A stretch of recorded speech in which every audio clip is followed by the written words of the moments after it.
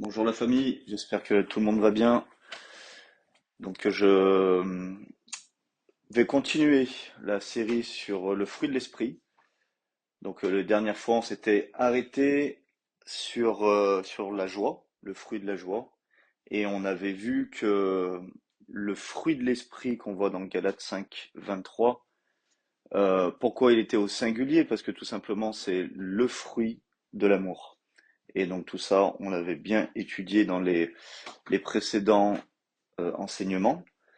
Donc on va pas revenir là-dessus, mais c'est vraiment important que de manifester le fruit de l'esprit, c'est de tout simplement de marcher par l'esprit. C'est vraiment l'œuvre, l'action, ce qui se voit chez les autres quand on marche par l'esprit.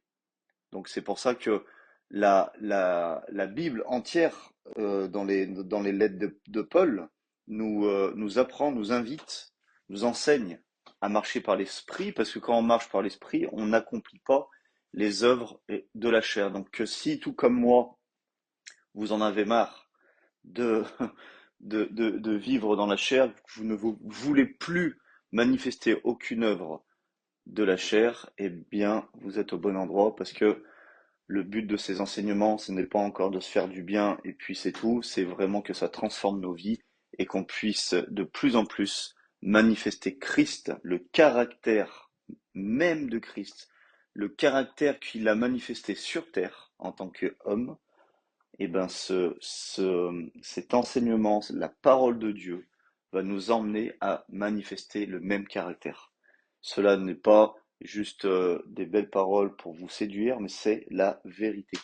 C'est la vérité. Si vous ne croyez pas en ça, c'est sûr que ça sert à rien de continuer à écouter. Mais si vous croyez que l'esprit en vous est le même que Jésus-Christ, homme, quand il était sur terre, le même esprit qui était en lui, si vous croyez en ça, là, ça devient intéressant.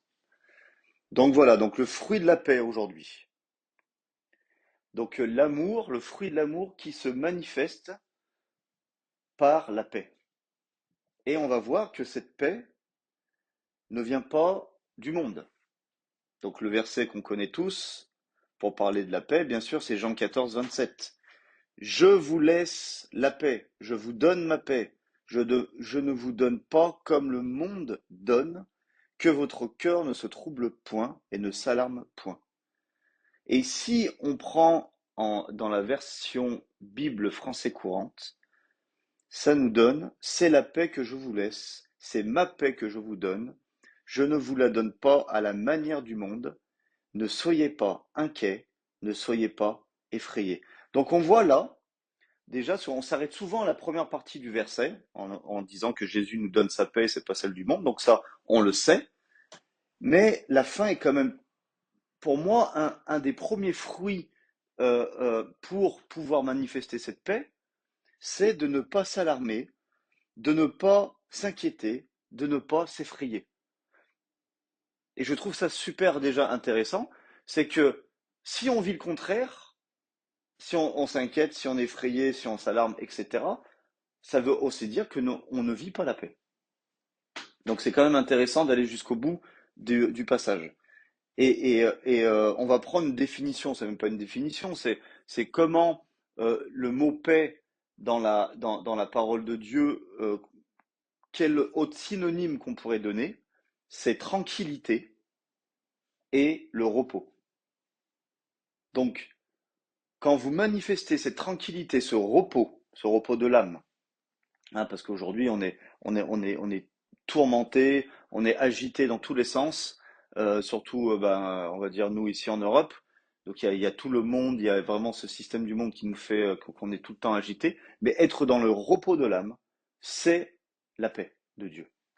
C'est vraiment la manifestation de ce fruit-là.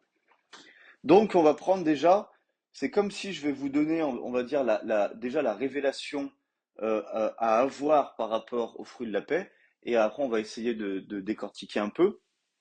En gros, le manifester le fruit de la paix dans nos vies, c'est tout simplement être en accord avec ce que Dieu dit.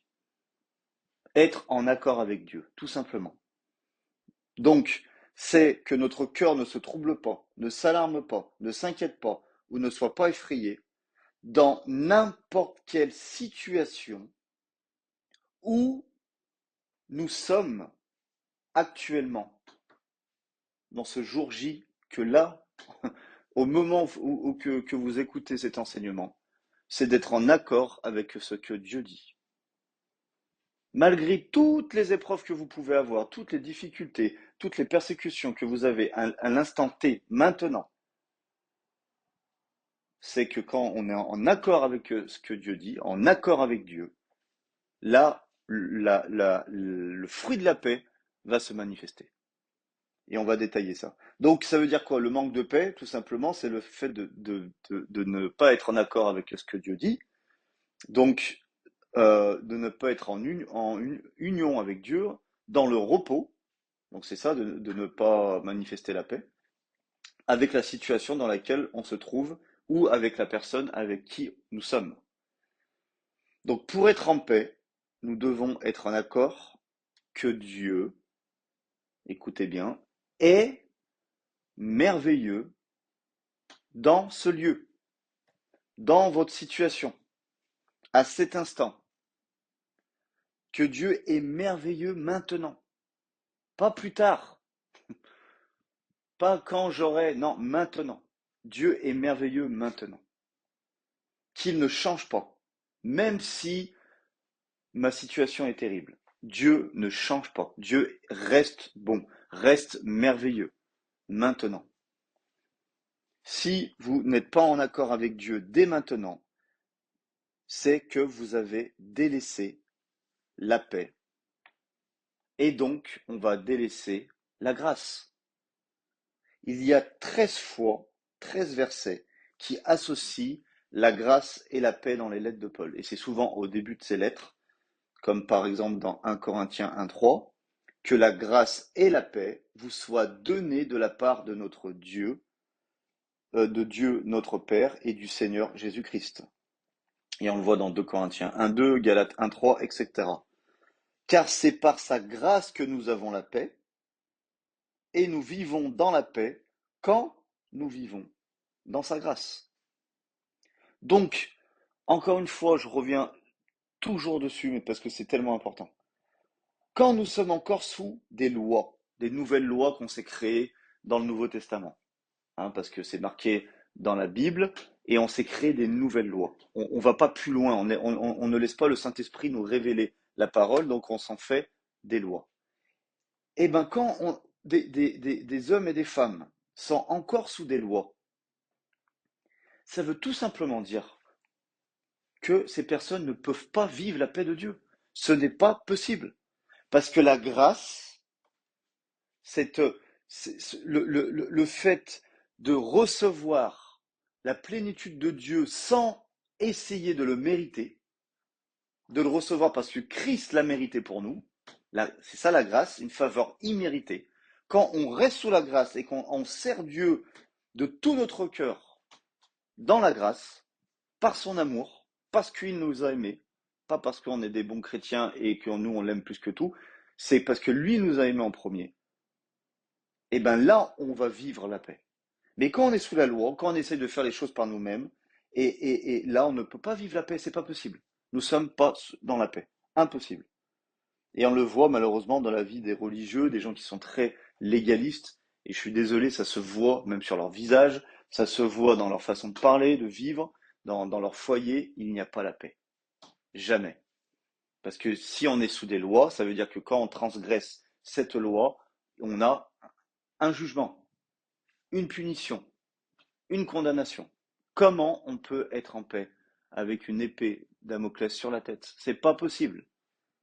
Donc la grâce et la paix vont toujours ensemble. Autre chose, beaucoup de personnes vont déplacer leur objectif de recevoir la paix dans un instant futur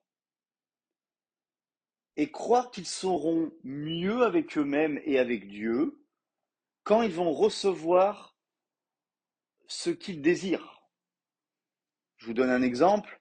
Quand j'aurai des enfants, là je serai en paix. Quand j'aurai une femme ou un mari, là je serai en paix. Quand j'aurai un travail, enfin là, je serai en paix. Quand j'aurai une maison, je serai en paix. Voilà un des pièges. Ça, c'est le monde qui vit comme ça, qui cherche toujours à avoir la paix en mettant sa recherche de paix dans autre chose. Et ils n'ont jamais la paix parce que toutes les choses sur terre, c'est éphémère. Ce n'est que vanité. Et si nous-mêmes, en tant qu'enfants de Dieu, on déplace l'objectif de recevoir la paix sur un autre élément, n'importe lequel, même si c'est des bonnes choses, avoir une maison, un travail, des enfants, mais si ça devient la source de la paix, automatiquement, on ne sera jamais en paix. Et surtout, on n'aura jamais la paix de Dieu, ce fruit manifesté. Donc Dieu n'est pas du tout en accord avec cela, car Dieu est autant merveilleux dans votre situation actuelle que quand vous aurez obtenu votre promesse ou ce que votre cœur désire. Donc Dieu ne sera pas plus bon, plus merveilleux quand vous allez avoir une maison, un travail ou des enfants que dans la situation actuelle où vous n'avez pas de maison, un travail et des enfants. C'est ça que j'espère que vous recevez, c'est que la nature de Dieu, la prestance, la présence, la parole de Dieu, tout ce que Dieu nous a donné ne va pas changer. On a exactement pareil, même dans notre situation difficile, que quand on aura ce que notre cœur désire. Donc, ce n'est pas manifester le fruit de la paix quand on la cherche dans un objectif futur. Donc, on peut dire, vous pouvez le dire, tout simplement là où vous êtes, chez vous maintenant, vous pouvez dire, Seigneur, tu es merveilleux dans ma situation actuelle, et tu ne seras pas plus merveilleux quand j'aurai obtenu ce que je veux. Déclarez-le. Parlez à votre âme.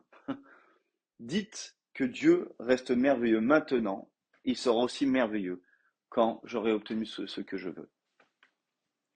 Amen. Donc voilà, donc ça c'est encore, là on décortique, on donne des principes pour le fruit de la paix. Autre chose qu'on doit aussi bien comprendre, pour nous-mêmes, quand on prie pour nous, pas pour les autres. C'est bon de prier pour quand on voit des frères et sœurs ou des personnes justement qui leur manquent cette paix. Mais quand on prie pour nous, la plupart de nos prières concernent ce que nous avons laissé perturber notre paix. Quand on réfléchit bien, quand on prie pour nous, c'est qu'il y a quelque chose qui est venu, bien sûr qui vient de l'ennemi, ou qu'autrement tout simplement de nous, d'un manque de foi, de confiance, tout ce qu'on veut, mais il y a quelque chose qui nous a enlevé la paix, et on est en train de prier Dieu, demander à Dieu pour que cette chose revienne, et pour que quoi? Pour que la paix revienne.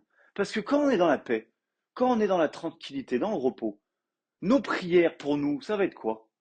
La reconnaissance, le remerciement, la louange.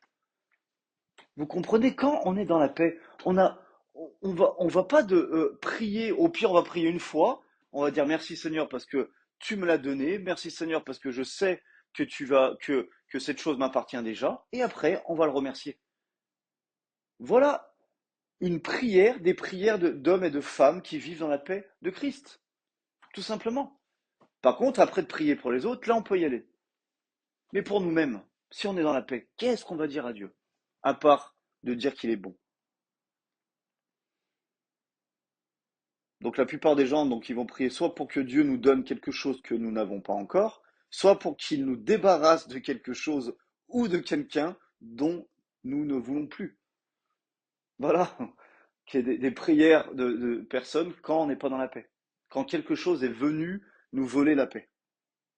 Donc le Seigneur veut nous apprendre à ne dépendre que de lui, car lui, il ne change pas. Lui, il est toujours avec nous.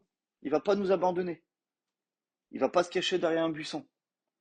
Donc si nous mettons notre paix dans autre chose, d'accord?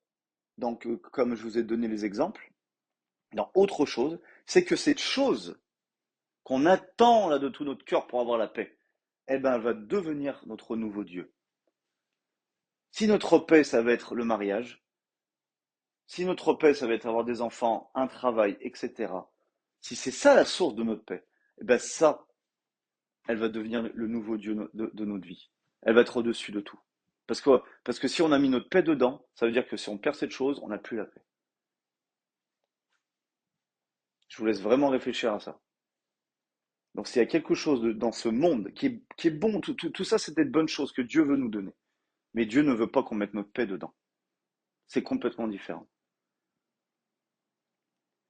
Donc il veut être la seule source de notre paix, la seule source de notre joie, de notre bonheur. La seule source. Il ne veut pas partager. C'est un Dieu jaloux. Pas la jalousie du monde, de l'état humain, mais jaloux parce qu'il ne veut pas partager, parce qu'il sait très bien qu'il est lui-même le meilleur pour nous. Il sait très bien qu'il n'y a rien dans ce monde qui est meilleur que lui pour nous. Rien, rien du tout. On continue. On va prendre maintenant deux, trois versets. On va voir dans Philippiens 1,12 comment Paul, qui a vécu une petite vie avec deux, trois difficultés, on va pas rentrer dedans, mais trois fois rien, il a vécu deux, trois épreuves, et il disait dans Philippiens 1,12, je veux que vous sachiez, frères, que ce qui m'est arrivé a plutôt contribué au progrès de l'évangile. Donc Paul lui-même, qui a vécu toutes ces choses, il est en train de rassurer les autres qui commençaient à avoir un manque de paix, ils commençaient à s'inquiéter pour Paul, alors qu'il est en train de dire, mais grand, arrêtez de penser à ça, parce que toutes ces épreuves-là, à la fin, ça a permis que l'évangile avance. Voilà aussi une mentalité de quelqu'un qui vit dans la paix. Et des fois, nous voulons que Dieu change notre situation actuelle, alors que Dieu veut tout simplement que nous sortons de cette situation, non pas en s'inquiétant, non pas par nos propres capacités, mais en manifestant du fruit, le fruit de l'esprit, et surtout celui de la paix. Parce que quand on sort d'une situation en manifestant le fruit de l'esprit, cela va nous rendre plus proches de Dieu. Et on va dépendre encore plus de lui. Et on va apprendre encore plus à marcher par son esprit.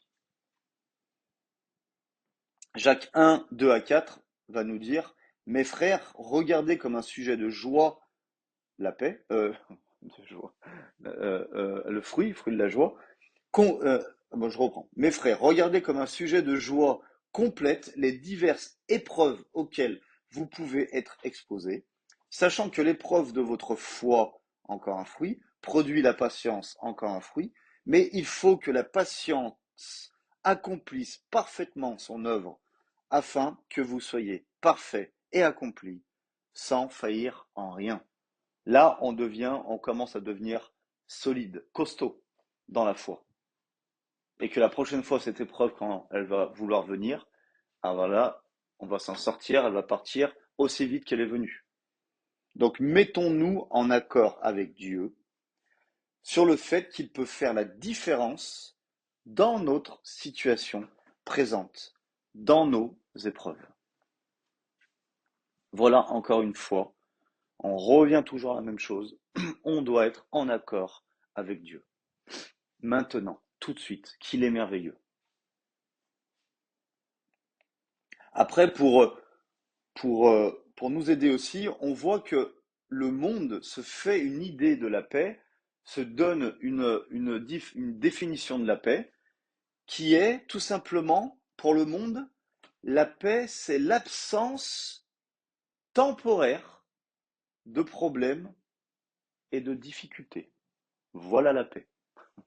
Voilà la paix dans le monde. Donc, les gens sont en paix quand, on dit bien une absence temporaire, parce que c'est très très souvent temporaire, mais là, les gens sont en paix quand pendant un moment de leur vie, une période de leur semaine, de leur journée, eh ben, ils n'ont pas de problème.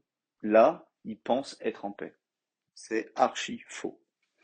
Alors que l'idée que Dieu se fait de la paix, c'est tout simplement quand on est conscient de sa présence en nous.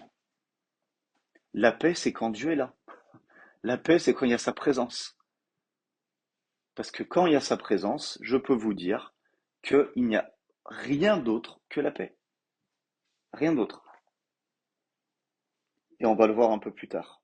Regardez ça. Ésaïe 41, 9 et 10. Un passage merveilleux que vous devez apprendre, proclamer. Toi que j'ai pris aux extrémités de la terre, et que j'ai appelé d'une contrée lointaine, à qui j'ai dit, tu es mon serviteur, je te choisis, et ne te rejette point. Ne crains rien, car je suis avec toi. Ne promène pas des regards inquiets, car je suis ton Dieu. Je te fortifie, je viens à ton secours, je te soutiens de ma droite triomphante. Mais si vous prenez cette parole qui, qui vient directement du cœur de Dieu, et que vous vous identifiez que Dieu est en train de vous parler à vous, là, personnellement, vous qui écoutez, pas à l'église, pas au monde, à vous, eh ben, je peux vous dire que rien que cette parole-là va vous, là, tout de suite, va vous déposer dans votre cœur la paix. Que vous allez manifester tout de suite ce fruit-là. Il y a eu un concours d'art pour la meilleure représentation de la paix, donc c'était des tableaux, des peintures, quoi. Et donc je sais plus, je me suis pas renseigné dans quel pays. Et dans ce concours, donc celui qui a gagné ce meilleur, cette meilleure représentation de la paix dans un tableau, c'était quelqu'un qui avait dessiné un petit oiseau qui était dans une crevasse d'un gros rocher, d'accord? Et on voit derrière la tempête, donc parce que c'était un peu au milieu de la mer ou au bord de la mer, donc on voit des grosses vagues qui s'écrasent sur le rocher, le vent, on voit les feuilles qui volent dans tous les sens, donc vraiment une tempête. Et l'oiseau qui est au milieu de cette crevasse, il est tout simplement en train de chanter, louer Dieu. Il est en train de siffloter. Et c'est juste extraordinaire, et c'est ce tableau qui a gagné le concours. Donc Dieu veut que nous trouvions sa paix au milieu des tempêtes de nos vies. Parce que ce tableau, je ne sais pas si ça vient d'un chrétien, mais il est euh, c'est vraiment une représentation de qui on est et de ce que Dieu est. Il est ce rocher. Il nous demande de qu'on prenne abri, qu'on s'appuie sur ce rocher, qu'on se cache dans ce rocher. Et là, on est dans le repos et la tranquillité. Donc, ça exige quoi? Que nous devenions comme des enfants. Hein, parce que les enfants, quand ils font confiance dans l'amour de leurs parents, quand ils leur tiennent la main, quand un enfant sait que ses parents sont là, proches d'eux, et que ses parents les aiment, eh ben, il ne se soucie de rien, d'aucun de leurs besoins, ils ne se soucient de rien du tout. Ils sont dans la paix, vraiment. Pourquoi? Parce que l'enfant sait que ses parents les aiment et que ses parents sont là. La présence même, juste la présence des parents fait que l'enfant est dans la paix. Les parents n'ont même pas besoin de parler, la présence même. Donc rappelez-vous, pour Dieu, c'est quoi la paix? C'est sa présence. Sans la paix de Dieu, vous serez dominé par la peur dans les circonstances de votre vie. Le premier fruit de la non-paix, de l'absence de paix, c'est la peur, le tout premier. Le premier fruit quand on n'est pas conscient que Dieu est présent, c'est la peur. Adam et Ève, après avoir péché, premier fruit, première manifestation, ça y est, première manifestation du péché, de la chair. Ça a été quoi? La peur. Ils avaient peur. Donc tous ceux qui sont inquiets, anxieux ou peureux, qui sont constamment dans ces sentiments, c'est que malheureusement ces personnes ne sont pas conscientes que Dieu est là à chaque instant, qu'il nous aide et prend soin de nous. Et que sa présence nous suffit pour nous donner la paix. Pas besoin d'aller chercher plus loin. Regardez le psaume 4, verset 9. Comment c'est merveilleux de voir que David, qui a été presque toute sa vie avant qu'il devienne roi, et même quand il était roi, il a eu encore des problèmes, mais il a été toute sa vie chassé et il pouvait mourir à tout moment. Il avait sa tête mise à prix Donc il était constamment sous cette pression que des personnes voulaient le tuer. Et il dit quoi? Je me couche et je m'endors en paix. Car toi seul, ô Éternel, tu me donnes la sécurité dans ma demeure. Je me couche et je m'endors en paix. C'est juste extraordinaire. Quand il a écrit ce psaume, il a été chassé par son fils Absalom, qui avait récupéré la moitié d'Israël et qui voulait, qui voulait le tuer. Et il arrivait à dormir car Dieu était sa sécurité. Il ne pouvait compter que sur lui. Il n'avait pas de système d'alarme, il n'avait pas des brises-glaces, il n'avait pas les caméras, il avait Dieu, la présence de Dieu. Il savait que Dieu était avec lui, qu'il était sa sécurité. Et je peux te dire que c'est la meilleure de toutes les sécurités qu'on pourrait faire. Ceux qui mettent des systèmes, justement, alarmes, c'est tout bête hein, ce que je veux dire, mais pourquoi ils font ça? C'est bien un manque de paix, un manque de sécurité. C'est pour essayer de dormir en paix. Vous comprenez? Mais quand on sait que Dieu, c'est notre paix, notre sécurité, notre rocher, à quoi bon tout ça? Ça fait réfléchir. Donc sa présence, c'est le résultat de sa grâce. Parce qu'on sait que c'est depuis cette nouvelle alliance qu'il a fait avec chacun d'entre nous que nous profitons, que nous vivons dans sa grâce.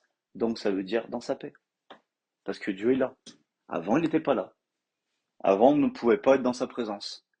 Mais n'oubliez pas que le voile a été déchiré, que maintenant vous avez accès dans sa présence, 24 heures sur 24. C'est pas quand Dieu le veut, c'est quand vous voulez. Parce que Dieu est là, il bouge pas. Il est là en ce moment même et il sait exactement ce que vous traversez et ce que vous avez besoin. Philippiens 4.6. Donc là, on va prendre de 4.6 à 4.9, mais on va prendre un verset par un verset. Il nous dit, et c'est vraiment merveilleux quand on lit tout, ne vous inquiétez de rien, mais en toute chose, faites connaître vos besoins à Dieu par des prières et des supplications avec des actions de grâce. Des actions de grâce. L'action de la grâce. Le je reçois la grâce, quelle est l'action qui va sortir de ça? C'est ça les actions de grâce. Je reçois tout ce que Dieu m'a donné, tout ce qui est immérité, tout son amour. Je reçois tout de lui. Quelle est la première action qui va sortir de ça? Le remerciement.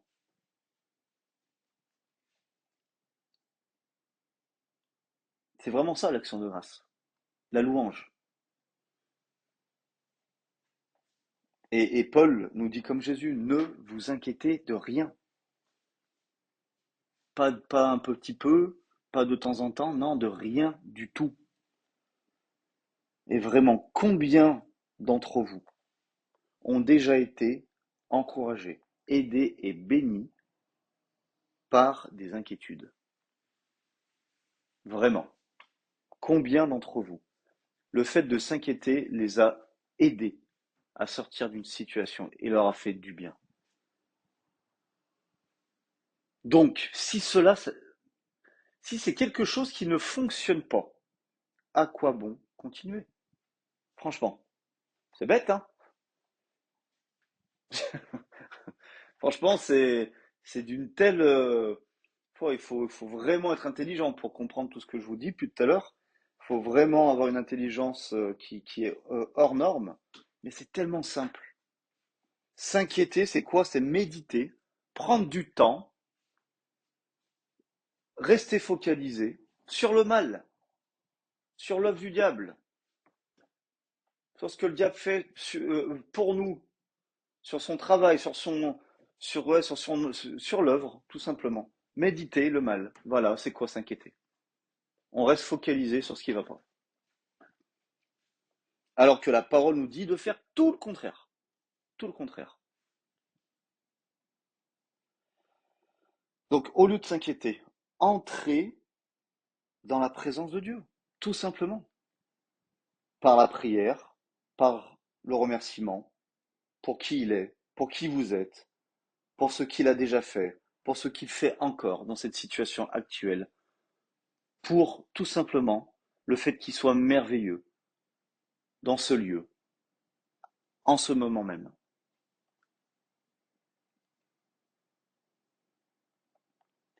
Philippiens 4,7, donc la suite. Et la paix de Dieu, donc quand on fait les actions de grâce et quand on ne s'inquiète pas, et la paix de Dieu qui surpasse toute intelligence, gardera quoi? Gardera vos cœurs et vos pensées en Jésus-Christ. Sa paix va changer notre cœur et nos pensées qui étaient remplis de crainte. Et ça va même changer notre intelligence. Le monde nous dira de nous inquiéter dans cette situation, mais la paix de Dieu nous amènera à quoi? À être dans la joie, dans la louange. Voilà la paix, encore une fois, manifestée dans nos vies. Et la paix de Dieu, c'est là vraiment la paix de Dieu qui va garder nos cœurs et nos pensées, quand on ne s'inquiète pas, et quand on reste dans l'action de grâce. Et ça, mes amis, ce n'est pas, ce n'est pas à Dieu de faire ça à votre place. La grâce de Dieu ne veut pas dire que vous êtes des robots, que vous devez attendre que Dieu fasse des choses dans votre vie. Il a déjà tout fait. Mais c'est à vous excusez-moi, de vous bouger, de sortir de votre, de la, sortir de votre tête dans ce trou-là et de dire non, je refuse de continuer comme ça. Je refuse. C'est à nous. Regardez la suite. Au reste, Philippiens 4,8. Au reste, frères, que tout ce qui est vrai, tout ce qui est honorable, tout ce qui est juste, tout ce qui est pur, tout ce qui est aimable, tout ce qui mérite l'approbation, ce qui est vertueux et digne de louange, soit quoi? L'objet de nos pensées. Donc en gros, ce passage, c'est quoi? C'est comme un filtre. Un filtre de nos pensées, tout ce qui n'est pas en accord avec ce verset, avec cette liste-là, avec cette parole, doit être banni, chassé de nos pensées. Tout ce qui n'est pas en accord avec ça, tout ce qui n'est pas aligné avec cette liste-là, ne doit pas rester dans nos pensées. Donc encore une parole de déclaration que vous pouvez dire tout simplement, tu ne me voleras pas la paix que Dieu m'a donnée. Vous parlez à la situation, vous parlez à cette chose-là qui vous a volé cette paix, et vous lui dites, tu vas pas me voler la paix. Parce que c'est Christ qui me l'a donnée. Elle est là, elle est à moi, tu vas pas me voler cette paix. Le diable fait tout pour nous enlever la paix, la joie, la patience, la bonté, tout le fruit de l'esprit, tout ce qui nous appartient.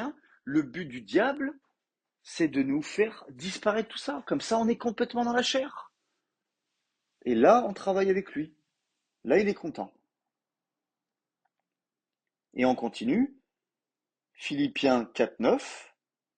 Ce que vous avez appris, reçu et entendu de moi, et ce que vous avez vu en moi, donc encore ce côté de faire des disciples, je fais une petite parenthèse, vous voyez comment c'est important d'imiter Christ pour que les autres puissent vous voir afin qu'ils vivent la même chose. Et bien Paul, il le dit, pratiquez-le. Tout simplement. Il dit pas jeûner 40 jours, prier 4 heures par jour, il dit pratiquez-le. Vous m'avez vu sortir ces situations, vous m'avez vu faire ces choses. Par mes propres forces, non. En laissant la paix de Dieu se manifester. Et le Dieu de paix sera avec vous. Donc Paul nous exhorte à mettre en pratique, c'est notre part, car nous l'avons déjà en nous. Ce n'est pas quelque chose que vous demandez à Dieu, vous l'avez déjà en vous, dans votre esprit. Vous avez reçu la plénitude de Dieu depuis votre nouvelle naissance, depuis que vous avez obtenu une nouvelle nature.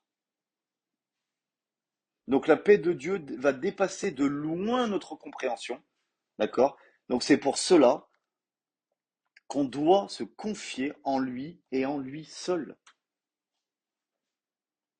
Proverbe 3, 6, 3, 5 et 6 va nous dire, confie-toi en l'Éternel de tout ton cœur, ne t'appuie pas sur ta sagesse, reconnais-le dans toutes tes voies, et, voilà la conséquence de tout ça, et il aplanira tes sentiers.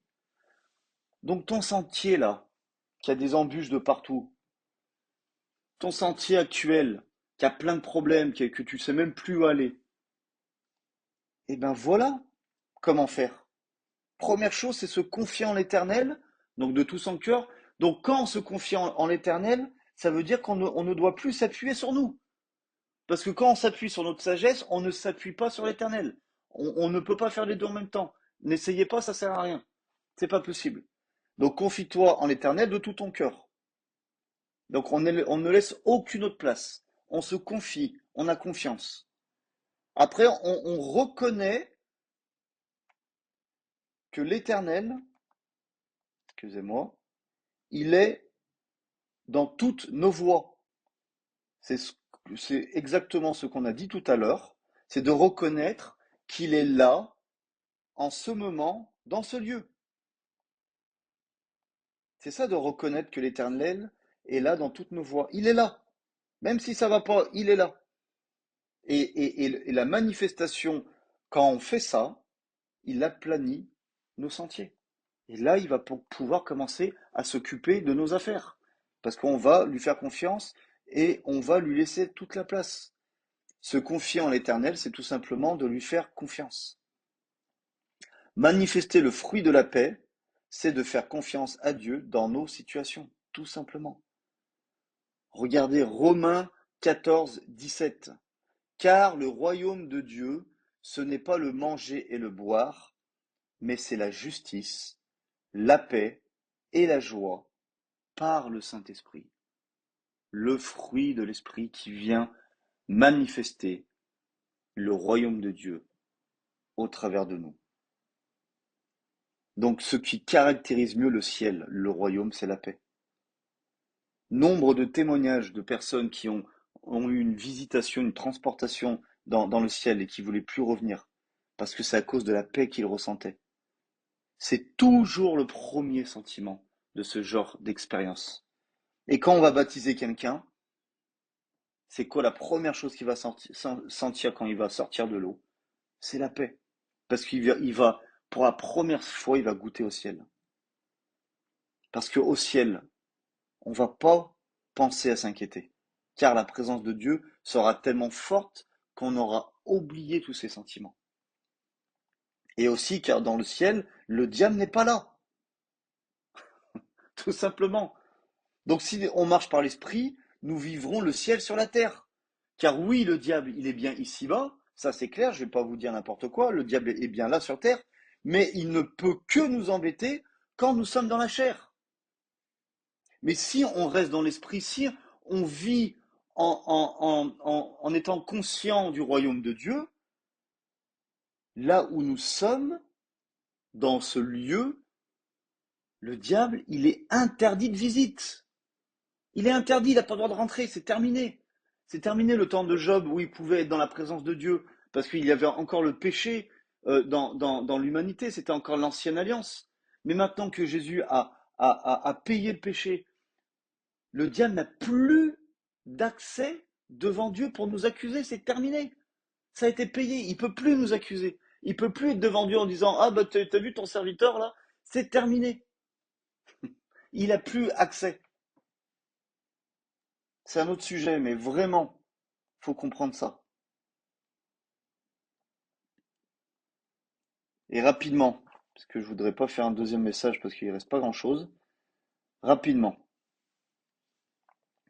deux, trois clés pour vous aider un peu à maintenir la paix dans votre vie. La première, c'est de savoir que nous sommes justes aux yeux de Dieu grâce au sang de Jésus. Regardez, Ésaïe 32, 17. L'œuvre de la justice sera la paix, et le fruit de la justice, le repos et la sécurité pour toujours. si ça, c'est pas exactement ce qu'on vient de dire, que la paix, ça nous emmène le repos, la sécurité. Donc, savoir que nous sommes en paix avec Dieu et que nous sommes justes à ses yeux nous donne une sécurité que rien d'autre ne pourra nous donner. Vous imaginez l'enseignement sur la justice, tout ce qu'on a entendu, de savoir que nous sommes justes. Ça, c'est la première clé pour maintenir la paix dans nos vies. Quand quelque chose essaye de nous voler cette paix, rappelez-vous que vous êtes juste et que la justice de Dieu nous donne la paix et la sécurité et le repos. Savoir que je suis accepté dans le bien-aimé me donne la paix. Ensuite, on peut dire que pour maintenir la paix, c'est d'aimer la parole de Dieu. Psaume 119, 165. Il y a beaucoup de paix pour ceux qui aiment ta loi, et il leur arrive aucun malheur. Notre amour pour la parole nous préserve de l'anxiété, de la confusion et de l'offense. Vous imaginez? 2 Pierre 1,2. Que la grâce et la paix, encore une fois les deux vont ensemble, vous soient multipliées par la connaissance de Dieu et de Jésus, notre Seigneur. Par la connaissance de Dieu et de Jésus. Plus vous connaîtrez la parole et ce que Dieu a accompli pour vous dans le salut, plus vous éprouvez de la paix et de la sécurité. Et ça, c'est la parole de Dieu qui va vous emmener ça. Plus on médite, non pas le mal pour s'inquiéter, mais qu'on médite la parole, cela va nous emmener la paix. Est-ce que vous êtes d'accord de dire que plus vous écoutez des enseignements qui viennent vraiment de Dieu, qui vous enseignent la parole de Dieu, que dans votre vie, vous sentez que vous avez de plus en plus de paix? C'est juste de dire ça, vraiment. Ensuite, c'est de garder, donc pour maintenir cette paix dans nos vies, c'est de garder nos pensées fixées sur Jésus. Toujours dans Ésaïe 26, 3 et 4. À celui qui est ferme dans ses sentiments, dans ses convictions, qui est ferme, qui ne se laisse pas balloter par toute vente doctrine, qui est ferme dans l'évangile de la grâce, dans ce qu'il a reçu, tu assures la paix. La paix, il le répète, parce qu'il se confie en toi.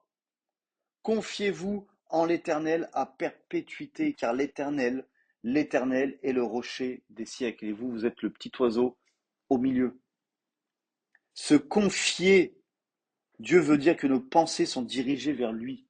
C'est ça qu'on se confie en une personne.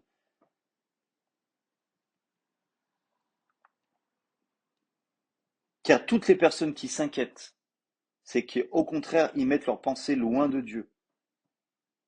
Donc ils pensent au mal. Plus on s'éloigne de Dieu, plus le mal est présent. Et pour terminer, regardez ce que la paix nous donne comme autorité, comme pouvoir. Et ça, c'est très intéressant. Lorsque vous savez que vous avez l'autorité sur quelque chose, vous pouvez la regarder sans inquiétude, sans crainte ou sans être intimidé. Vous êtes dans la paix. Un policier, quand il est en fonction, t'as beau faire 2,30 m de haut, quand le policier va venir avec son uniforme devant toi, il va être dans la paix. Parce qu'il aura autorité sur toi. Quand on sait qu'on a l'autorité sur des choses dans nos vies, dans notre travail, dans n'importe quelle situation, eh ben on est dans la paix. Parce que nous avons cette autorité. Regardez Jésus dans la barque. Luc 8, 22, 25. Un jour, Jésus monta dans une barque avec ses disciples. Il leur dit, passons de l'autre côté du lac. Quand Jésus parle, il n'y a plus à avoir de doute. Et Jésus n'avait plus de doute dans sa parole. Il a dit, c'était la parole de Dieu, il a dit, passons de l'autre côté, c'était fait pour lui, c'est bon. Et ils partirent. Pendant qu'ils naviguaient, Jésus s'endormit, le fruit de la paix. Un tourbillon fondit sur le lac, la barque se remplissait d'eau, et ils étaient en péril. Ils s'approchèrent et le réveillèrent en disant, Maître, maître, nous périssons. S'étant réveillé, il menaça le vent et les flots qui s'apaisèrent. Et le calme revint. Puis il leur dit, Où est votre foi? Saisis de frayeur et d'étonnement, ils se dirent les uns aux autres, Quel est donc celui-ci qui commande même au vent et à l'eau, et à qui ils obéissent? Donc on voit que depuis une position de paix, Jésus, la position de paix, c'était quoi? Il dormait. Ça, c'est une position de paix, de tranquillité, de repos. Jésus a fait quoi? Il a proclamé la paix sur la tempête pour la calmer. Vous imaginez? Parce que lui-même était dans une position de paix. Donc quand nous sommes dans la paix, quand nous allons prendre autorité, ça va faire la même chose que Jésus-Christ. Quand nous sommes confiants dans l'Éternel, cette paix nous donnera cette autorité sur tout ce qui viendra nous empêcher d'avancer. Philippiens 1,28. Sans vous laisser aucunement effrayer par les adversaires, ce qui est pour eux une preuve de votre perdition, mais pour vous de salut, sans vous laisser aucunement effrayer par les adversaires. Le fait que vous ne soyez pas alarmés par vos ennemis qui s'agitent autour de vous, c'est un signe que vous avez une autorité absolue sur lui, sur eux.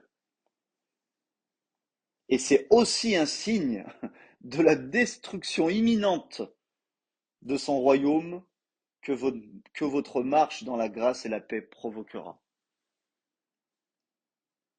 Donc quand on voit que l'ennemi est en train de vouloir nous embêter, et bien quand on reste dans la paix, il sait très bien que cette paix-là va l'éliminer totalement. Ésaïe 53,5. Mais il était blessé par nos péchés, brisé par nos iniquités. Le châtiment qui nous donne la paix est tombé sur lui. Et c'est par ses meurtrissures que nous sommes guéris. Il est mort pour notre paix et pour ma paix. Jésus nous a procuré la paix. Tout comme il nous a procuré le pardon, la guérison. Il nous l'a procuré. Ça lui a coûté la vie. Il a été châtié. Le jugement est tombé sur lui, à notre place. Donc on voit ce qui a fait que la paix de Christ nous a été donnée, c'est que le châtiment est tombé sur lui. Donc ça veut dire quoi? Les gens qui sont encore sous le châtiment, sur le jugement, sous la condamnation de Dieu, ne peuvent pas avoir la paix. Parce que la seule chose qui peut nous donner la paix, c'est de se sortir de la loi pour se mettre sous la grâce. Et grâce à Jésus, nous sommes aujourd'hui dans la paix. Donc refusez de reprendre sur vous tout ce que Jésus a dû porter à votre place. Décidez de rester dans la paix de Dieu pour procurer la paix autour de vous et d'avoir autorité sur l'ennemi. Voilà les amis, j'espère que ça vous a béni. C'était un peu long, mais, euh, mais je crois que c'est très puissant. Donc je vous souhaite une belle journée et à bientôt.